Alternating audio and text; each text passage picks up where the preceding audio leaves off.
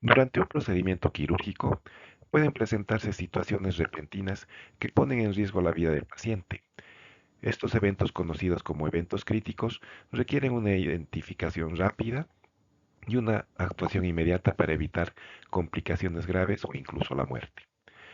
Algunos ejemplos de estos eventos críticos son problemas relacionados con la vía aérea, como la dificultad para ventilar o intubar, espasmos de laringe o los bronquios, alteraciones cardiovasculares graves como las caídas bruscas de la presión arterial, arritmias peligrosas y paro cardíaco, reacciones adversas severas.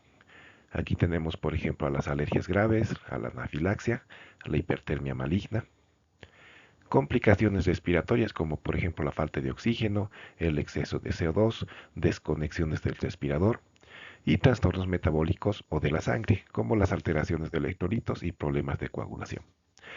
En esta oportunidad vamos a analizar algunos de estos eventos críticos.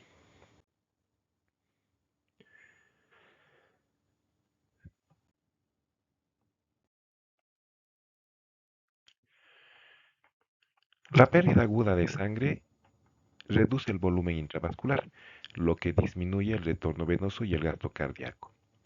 Esta reducción en el gasto cardíaco lleva a una menor perfusión tisular y por ende a una disminución en el suministro de oxígeno, que es la hipoxia tisular. La hipoxia prolongada resulta en disfunción y muerte celular. Ahora bien, cuando se produce la hipoxia tisular, esta conlleva una acidosis metabólica y si la reposición de fluidoterapia no es la adecuada, si nos sobrepasamos, vamos a provocar una dilución de los factores de coagulación. Y si la transfusión de concentrado de eritrocitos es masiva y los líquidos no fueron calentados, provocaremos una hipotermia, completando de esta manera la triada letal, que es de muy mal pronóstico y la cual está formada por una acidosis, hipotermia y coagulopatía. Actualmente se habla de una pentada letal. La triada clásica se le añade la hipoxia y la hiperglicemia.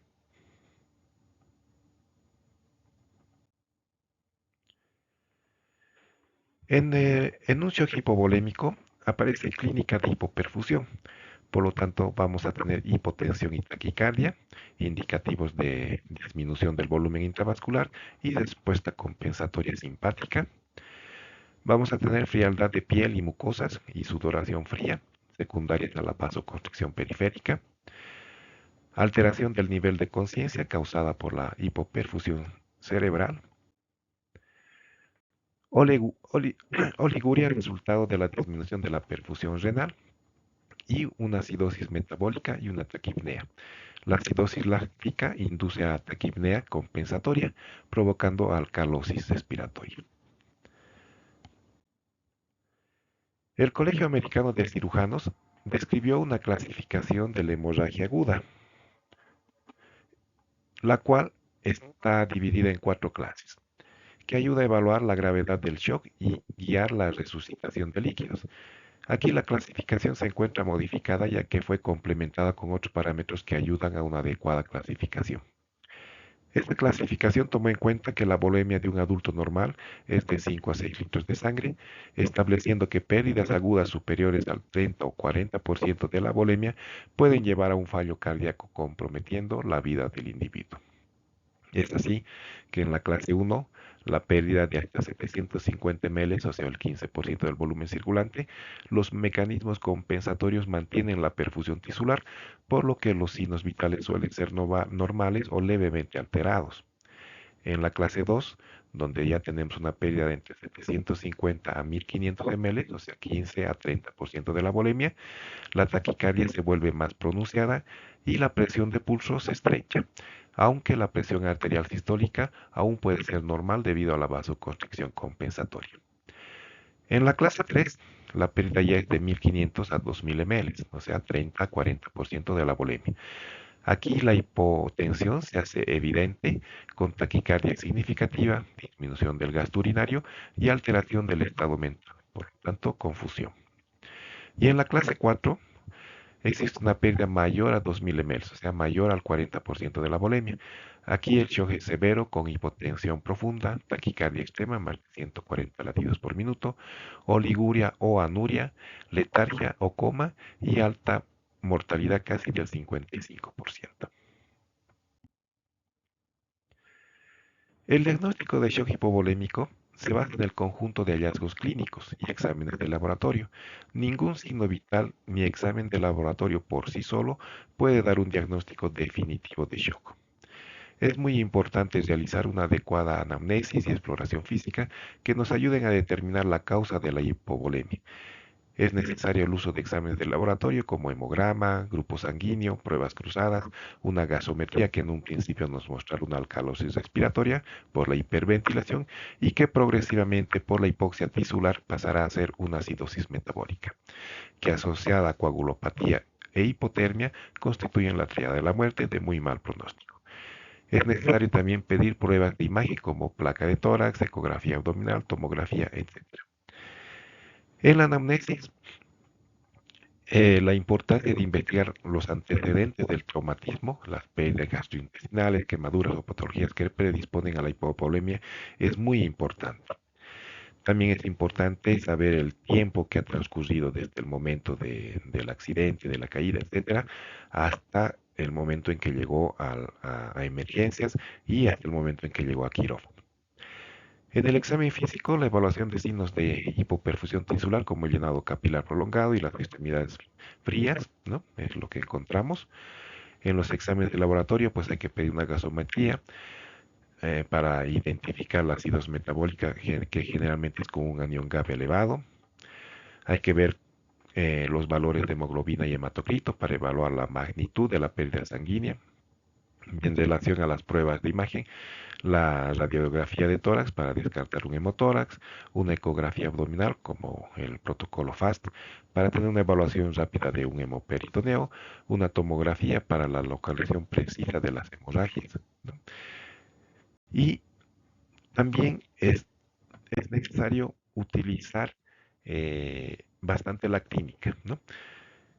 Uno de los puntos importantes en el shock es el índice de shock, que es la relación entre la frecuencia cardíaca y la presión arterial sistólica. En este caso, eh, vamos a conseguir este parámetro que tiene una sensibilidad del 75% y una especificidad del 86%, el cual se obtiene dividiendo la frecuencia cardíaca entre la presión arterial sistólica y nos orienta a la clasificación del shock hipovolémico. Un índice de shock normal es de 0,5 a 0,7. Valores mayores nos van a indicar una relación desproporcionada entre la frecuencia cardíaca y la presión arterial sistólica, reflejando hipovolemia y compromiso hemodinámico.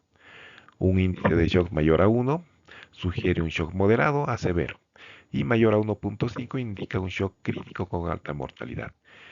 Se ha demostrado que el índice de shock es un predictor más sensible que la presión arterial sistólica aislada, especialmente en pacientes jóvenes y atletas con buena capacidad cardiovascular. En esta tabla podemos observar un método práctico que ha sido propuesto por Peter Safar para evaluar la presión arterial sistólica, basado en el pulso, ¿sí? O sea que se basa en la percepción del pulso en diferentes arterias a medida que la presión arterial disminuye. Es así que el pulso radial desaparece primero debido a su localización distal y menor presión de perfusión. Y el pulso carotidio se mantiene hasta presiones muy bajas debido a su proximidad al corazón y al gran calibre arterial. Este método tiene limitaciones en pacientes con vasoconstricción periférica extrema, como en el shock séptico o en arteriopatías.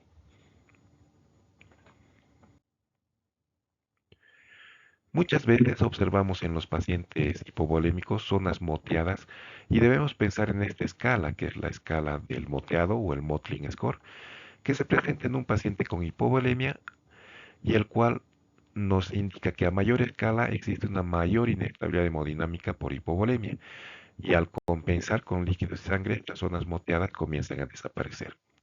Si asociamos un score alto, un Motley score alto, con oliguria y lactato elevado, la mortalidad a los 15 días casi se llega a triplicar.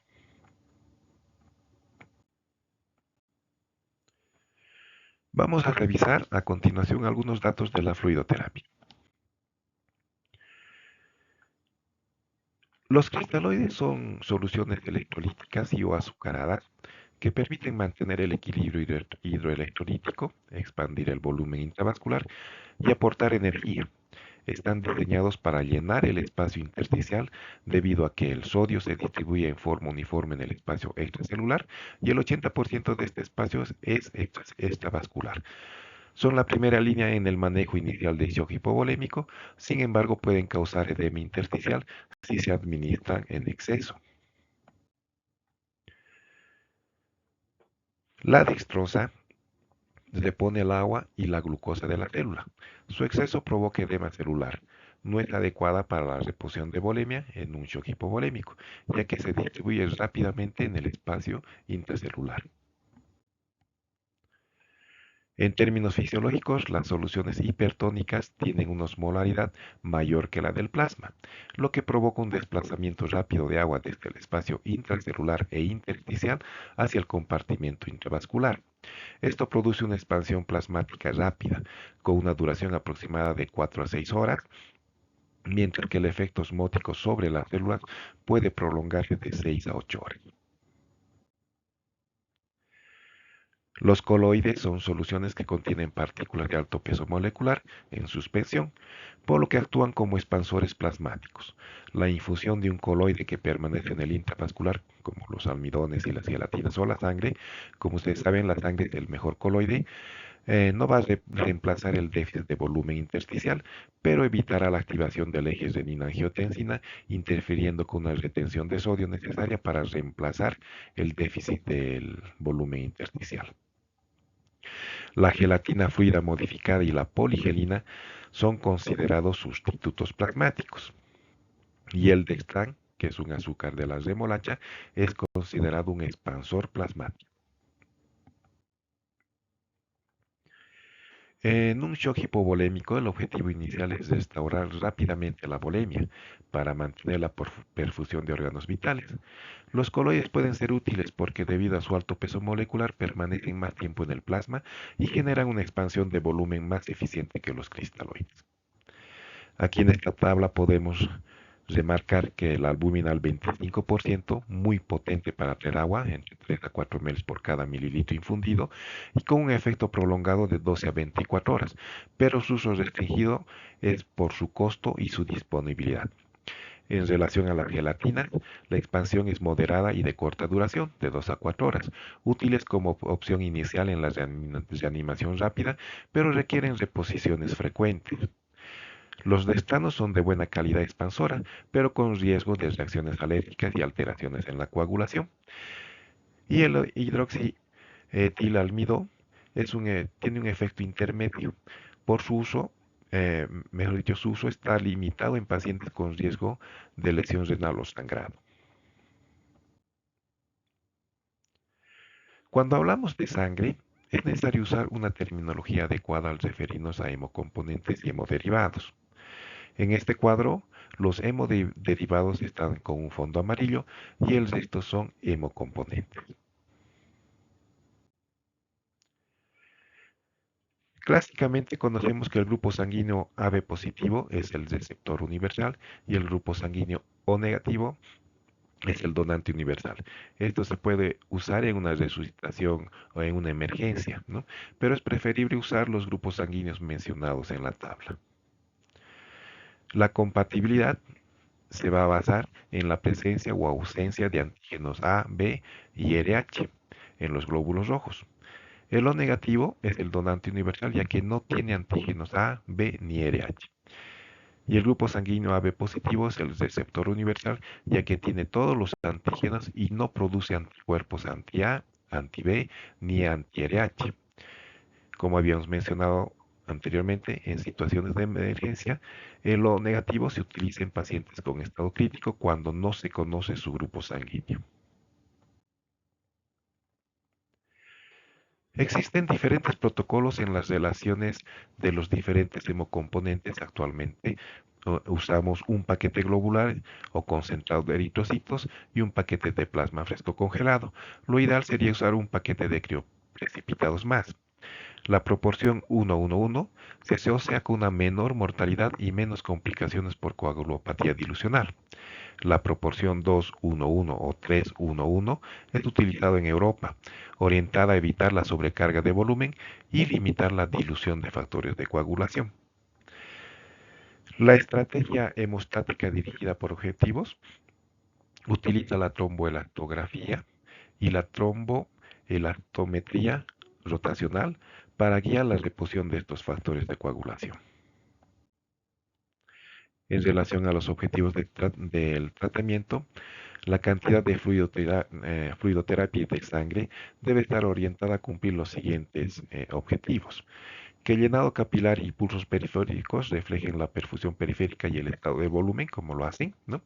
Una temperatura mayor a 36 grados centígrados para prevenir la coagulopatía inducida por la hipotermia.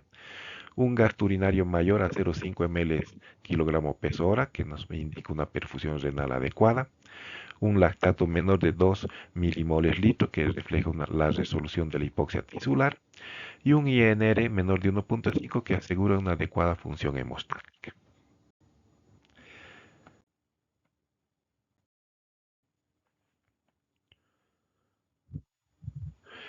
Podemos definir a las náuseas como una sensación desagradable de querer vomitar, sin contracción expulsiva, y al vómito como la expulsión forzada de contenido gástrico por la boca. Las náuseas y vómitos afectan a uno de cada tres pacientes y hasta el 80% de los de alto riesgo. Pero ¿por qué nos preocupa en anestesia? No solo son incómodos, pueden provocar complicaciones muy graves, como ser dehiscencia de sutura abdominal, broncoaspiración, ruptura esofágica, aumento de la presión intracraneal y neumotórax.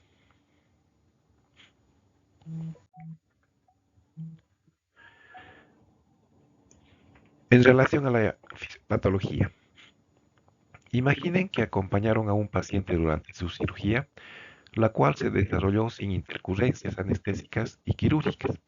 Pero unas horas después, en la sala de recuperación, el paciente empieza a quejarse de una sensación de querer vomitar. Esa sensación, la náusea, no es algo aislado, sino el primer aviso de que un complejo sistema neurológico se ha activado. En lo profundo del bulbo raquídeo, en una zona llamada núcleo del tracto solitario, confluyen señales de todo el cuerpo. Este centro de control recibe mensajes desde el intestino, el oído interno, la sangre e incluso desde la corteza cerebral. Cada una de estas rutas puede encender la alarma del vómito. En el intestino, ciertas células llamadas enterocromafines liberan serotonina cuando hay distensión, irritación o inflamación. Esta serotonina viaja por los nervios vagales hasta el tronco encefálico y activa los receptores 5-HT3. En la sangre, algunos medicamentos anestésicos como los opioides o los agentes volátiles pueden estimular directamente el área postrema, que, que está fuera de la barrera hematoencefálica y funciona como un detector químico. En el oído interno, los cambios de posición y el estímulo del aparato vestibular, potenciados por óxido nitroso o por la sensibilidad individual de los pacientes, envían señales a través de receptores histamínicos y muscarínicos. Y desde la corteza cerebral, el miedo, la ansiedad o el dolor envían órdenes que pueden iniciar el reflejo por vías de arriba hacia abajo. En la cirugía, varias de estas rutas suelen activarse al mismo tiempo. Pensemos en una paciente joven sometida a una colecistectomía laparoscópica. La insuflación abdominal va a liberar serotonina desde el intestino. Los opioides que le administramos en la anestesia van a activar los receptores Mu en el tronco encefálico y enlentecen el vaciamiento gástrico. Y los agentes volátiles que también utilizamos en la anestesia van a estimular la zona gatillo. Y para terminar, muchas veces tenemos que revertir el bloqueo neuromuscular con neostigmina, añadiendo un estímulo colinérgico. El núcleo del tracto solitario integra toda esta información, libera sustancia P y activa el generador del patrón emético. Primero llega la náusea, con palidez, salivación y sudor frío. Después el cuerpo inicia arcadas, contracciones tóraco-abdominales, con la glotis cerrada. Y finalmente se produce el vómito, una expulsión coordinada por el diafragma y la musculatura abdominal, con relajación de los esfínteres esofágicos.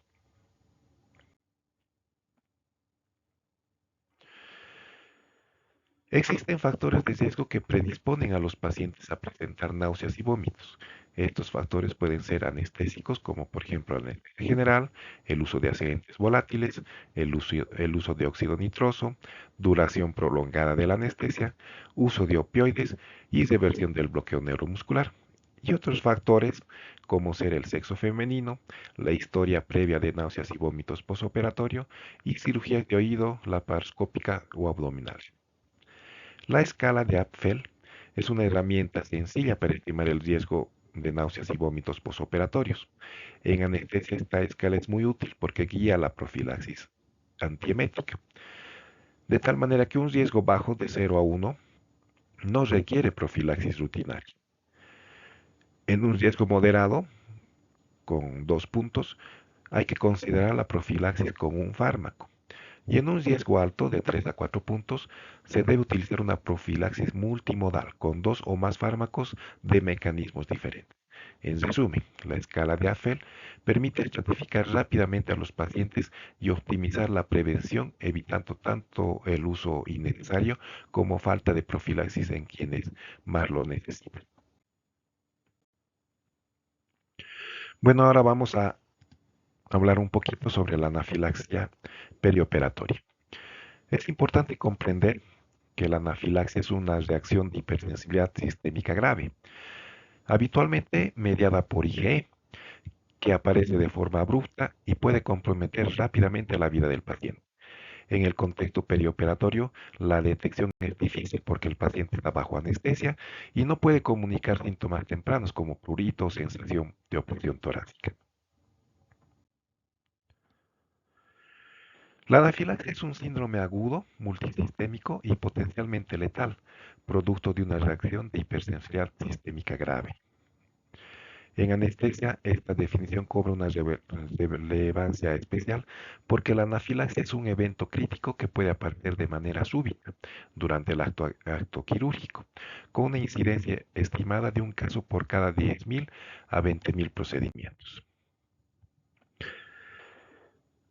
En relación a su fisiopatología, tenemos dos tipos de reacciones. Una son las reacciones anafilácticas, que son inmunomediadas, especialmente por anticuerpos IgE. Requieren una exposición previa al agente sensibilizante para que el sistema inmune aprenda a reconocerlo. La exposición subsecuente va a desencadenar una hipersensibilidad inmediata tipo 1 con liberación masiva de mediadores como histamina, leucotrienos y prostaglandina. Ejemplos comunes tenemos en anestesia los bloqueantes neuromusculares, el látex, los antibióticos. Y tenemos reacciones anafilactoideas. No están mediadas por IgE, por lo que no requieren exposición previa. Se producen por una liberación directa de histamina desde los mastocitos y los basófilos. El mecanismo es farmacológico o físico-químico, no inmunológico. Por ejemplo, cuando se administra propofol, algunos bloqueantes neuromusculares, morfina, meperidina, vancomicina. En relación a sus manifestaciones clínicas, es fundamental entender que la anafilaxia es una reacción multisistémica, cuyos síntomas pueden afectar piel y mucosas en un 90%, donde vamos a observar eritema, urticaria, rash cutáneo, edema de labios, lengua o glotis, que son los signos más frecuentes, pero en el quirófano pueden pasar desapercibidos por la cobertura quirúrgica o la posición del paciente. El sistema respiratorio puede estar afectado en un 70%, provocando broncoespasmo, estridor, tos, congestión nasal. Y en anestesia la dificultad para ventilar o el aumento brusco de la presión pico en el ventilador pueden ser las primeras pistas. A nivel del sistema cardiovascular podemos encontrar síncope, hipotensión, taquicardia, arritmia, shock o incluso un paro cardiorrespiratorio. En quirófano, una caída abrupta de la presión arterial sin causa aparente debe hacer sospechar de una anafilaxia. A nivel del sistema gastrointestinal, se presentan náuseas, vómitos, dolor abdominal, diarrea menos evidente en el perioperatorio. La escala de Ring y Mesmer nos ayuda a clasificar desde el punto de vista clínico la anafilaxia en 4 grados, según la severidad, desde manifestaciones cutáneas aisladas, que sería en el grado 1, hasta un paro cardiorrespiratorio, que es el grado 4. El tratamiento de la anafilaxia requiere actuación inmediata y coordinada para evitar un desenlace fatal. Los puntos claves son: suspender el agente causal. En quirófano esto significa detener la administración del fármaco sospechoso, por ejemplo el antibiótico, el bloqueante neuromuscular, el látex, etc. Si es posible, retirar el contacto con cualquier material sospechoso, como guantes, dispositivos. Luego asegurar la vía aérea y oxigenación, administrar oxígeno al 100%, valorar la necesidad de intubación temprana, ya que el edema de vía aérea puede progresar rápidamente. Un acceso venoso rápido, canalizar uno o más vías de alto calibre para administración rápida de fluidos, como ser cristaloides en bolo para combatir la hipotensión y el shock, y medidas farmacológicas. La adrenalina es el medicamento de elección por su efecto vasoconstrictor, que es el alfa-1, broncodilatador beta-2 e inotrópico beta-1. Debe administrarse sin demora, ajustando la dosis según la vía intramuscular en prehospitalaria o en pacientes conscientes, y intravenosa titulada en anestesia. Los beta-2 agonistas, por ejemplo el salbutamol, utilizamos para tratar el broncoespasmo persistente. Los antihistamínicos H1 para bloquear parte de la respuesta mediada por histamina, que alivian la urticaria y el prurito. Y los corticoides para prevenir recurrencias tardías o bifásicas. No son de acción inmediata, pero forman parte del manejo integral. En anestesia, cada segundo cuenta. El reconocimiento temprano y la administración inmediata de adrenalina pueden revertir rápidamente la anafilaxia y salvar la vida del paciente. Todo el equipo quirúrgico debe estar entrenado para responder de forma protocolizada ante este evento crítico. En el contexto de la anestesia, donde anafilaxia es un evento crítico que puede evolucionar en segundos, la adrenalina es el fármaco de elección, como lo habíamos mencionado anteriormente. ¿Y por qué es el fármaco de elección? Porque va a revertir la vasodilatación y el aumento de la permeabilidad capilar por su acción alfa-1, va a mejorar la contractibilidad cardíaca por su acción beta-1 y va a producir broncodilatación por su acción beta-2. Entonces, en los grados 1 y 2, donde las manifestaciones son leves a moderadas, la dosis en el adulto es de 5 a 20 microgramos endovenoso y en el niño de 1 a 5 microgramos kilogramo peso endovenoso. En un grado 3, donde el compromiso multiorgánico es severo, en el adulto se utiliza dosis entre 100 y 200 microgramos endovenosos y en el niño de 5 a 10 microgramos kilogramo peso endovenoso. Cuando ya está en un grado 4, en un paro cardiorrespiratorio, se sigue el protocolo del código azul, ¿no? Utilizando en un adulto 1 miligramo por vía endovenosa y en el niño de 0.01 miligramos kilogramo peso endovenoso. Cuando no tenemos un acceso venoso, debemos administrarlo por vía intramuscular en el tercio medio del muslo, en el vastus lateralis. En un adulto, 10 microgramos kilogramo peso, máximo 500 microgramos. En un niño menos de 12 años, 300 microgramos. Y en uno menor de 6, 150 microgramos. En anestesia, el tiempo es vital. La dosis deben administrarse de forma inmediata, titulada según respuesta clínica y repetir si es necesario. Y la vía intramuscular es segura y eficaz cuando no hay acceso endovenoso rápido. Pero en quirófano el acceso venoso suele estar disponible, lo que permite una titulación más precisa. Los que quieran profundizar los conocimientos de lo que hemos conversado, esta es la bibliografía. Gracias.